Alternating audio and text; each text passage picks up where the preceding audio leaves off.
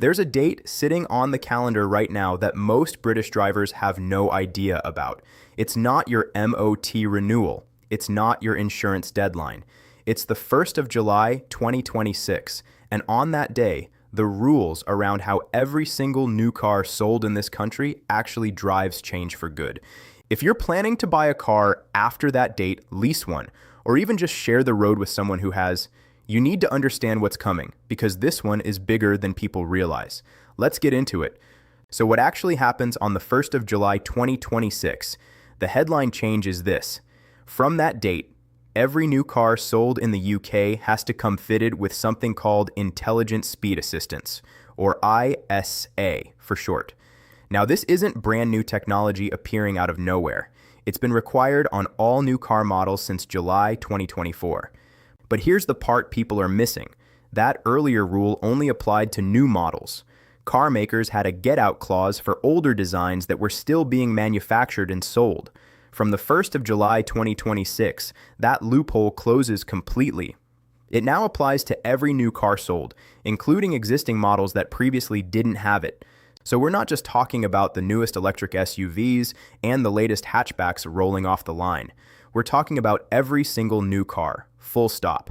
If a dealership has it on the forecourt and it's brand new, it has to have this system built in. Now you might be asking, what does Intelligent Speed Assistance actually do, and is it going to be annoying? Fair question. Here's how it works in practice. The system uses GPS and camera data to detect the speed limit on the road you're driving on. And if you start creeping up past that limit, you'll either get an audible warning, a visual alert on your dashboard, or you'll feel the accelerator pedal push back against your foot, making it that little bit harder to keep speeding.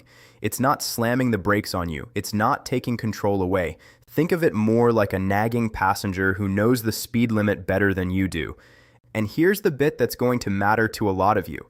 You can override it just by pressing harder on the pedal, and you can turn it off completely in the settings menu, but it switches itself back on every single time you start the engine. So this isn't a permanent setting you switch off once and forget about. Every time you turn that key or press that start button, the system is back on by default. You'll need to dig into the menu and disable it again if you don't want it active for that journey. For a lot of drivers, that's going to become second nature within a week. For others, it's going to be a genuine source of frustration, especially on roads where speed limit signs are missing, faded, or the camera misreads something. There have already been complaints from early adopters of this tech about systems misreading a 30 as a 60 or picking up the speed limit from a slip road instead of the main carriageway. The technology is improving, but it's not flawless yet, and from the 1st of July, you won't have a choice about whether your new car has it. Now, why is this happening at all? This isn't a random bit of red tape. It's part of a much bigger picture that the UK government has been building for years. And once you see the whole picture, the 1st of July starts to make a lot more sense. The country has a road safety strategy in motion, and pretty much everything happening to drivers in 2026 ties back to it in some way. Speeding remains one of the single biggest contributors to serious and fatal collisions on British roads, and the logic behind ISA is straightforward. If the car itself nudges you back under the limit before you even notice you've gone over, you reduce the number of speeding incidents without relying purely on cameras, fines, and points after the fact. It's prevention instead of punishment, at least in theory, but it's also worth seeing this as one piece of a much longer countdown. The ban on selling new petrol and diesel cars is still locked in for 2035, and a lot of what's rolling out this year is effectively groundwork for that transition. Stricter emissions rules, changes to how electric vehicles are taxed, and now mandatory speed assistance technology in every new car are all nudging the entire UK car market in the same direction, whether you're buying electric or sticking with petrol for now. Tightening emission standards push the cost of combustion engines up. New EV road tax rules level out running costs between fuel types, and the spread of clean air zones keeps making older diesels less practical to drive in city centers. The 1st of July sits right in the middle of all of that, as another deliberate step rather than an isolated rule change. Here's something else landing around the same time that doesn't get nearly enough attention, and it specifically affects anyone using the Motability scheme or buying a vehicle that requires an advance payment. From July 2026, the government is bringing in a 20% rate of VAT on vehicles that require an advance payment, and replacing the old insurance premium tax with a flat 12% rate applied to insurance on most new vehicle leases. In plain English, if you're leasing a car through one of these schemes and putting down an advance payment, you're going to be paying more in tax and more on your insurance premium from this point onwards. The one piece of good news buried in there is that wheelchair-accessible vehicles are staying exempt from this change, so that group of drivers and passengers isn't going to be hit by the increase. But for everyone else going through an advance payment lease arrangement, July marks a real jump in cost, layered right on top of everything else happening this year. And speaking of cost, let's talk about what else is converging around this exact point in the calendar, because the 1st of July isn't operating in isolation. Fuel duty is also on the move. The temporary 5 pence per liter cut, which has been in place since March 2022, is coming to an end, with the government planning a phased increase that adds roughly that same 5 pence back over the following year or so, with the first chunk of the increase landing in September.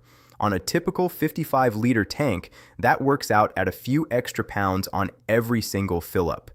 That's not happening on the 1st of July itself, but it's close enough in the calendar that anyone budgeting for the second half of this year needs to have it on their radar alongside everything else. Then there's what's coming in November.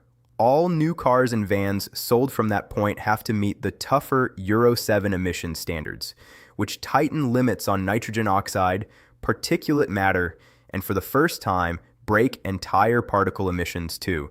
So if you thought the 1st of July was the only date worth circling this year, think again. The second half of 2026 is genuinely one of the busiest periods for UK motoring regulation in recent memory, and the speed assistance mandate is really just the opening move. So what should you actually do with all this information? If you're planning to buy a new car anytime from the middle of this year onwards, go in expecting intelligent speed assistance as standard. Don't be surprised by it on the test drive, and don't assume you can permanently disable it the way you might with other driver assistance features. It resets every time.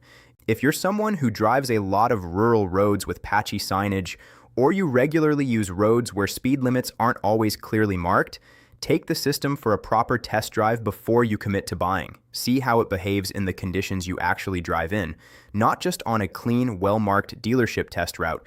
If you're leasing through an advance payment arrangement, particularly through Motability, have a real conversation with your dealer or scheme provider about exactly how much your costs are going up from July, because the VAT and insurance premium tax changes aren't small adjustments, they're a meaningful jump.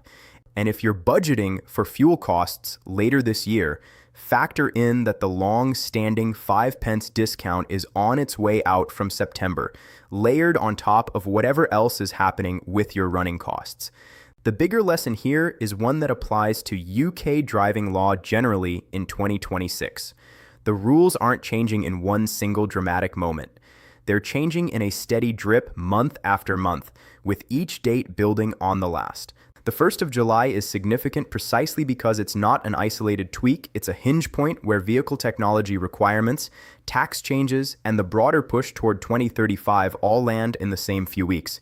Miss it, and you might end up confused on a test drive, caught out by a lease cost you didn't budget for, or simply behind on understanding why your next car behaves differently to your current one.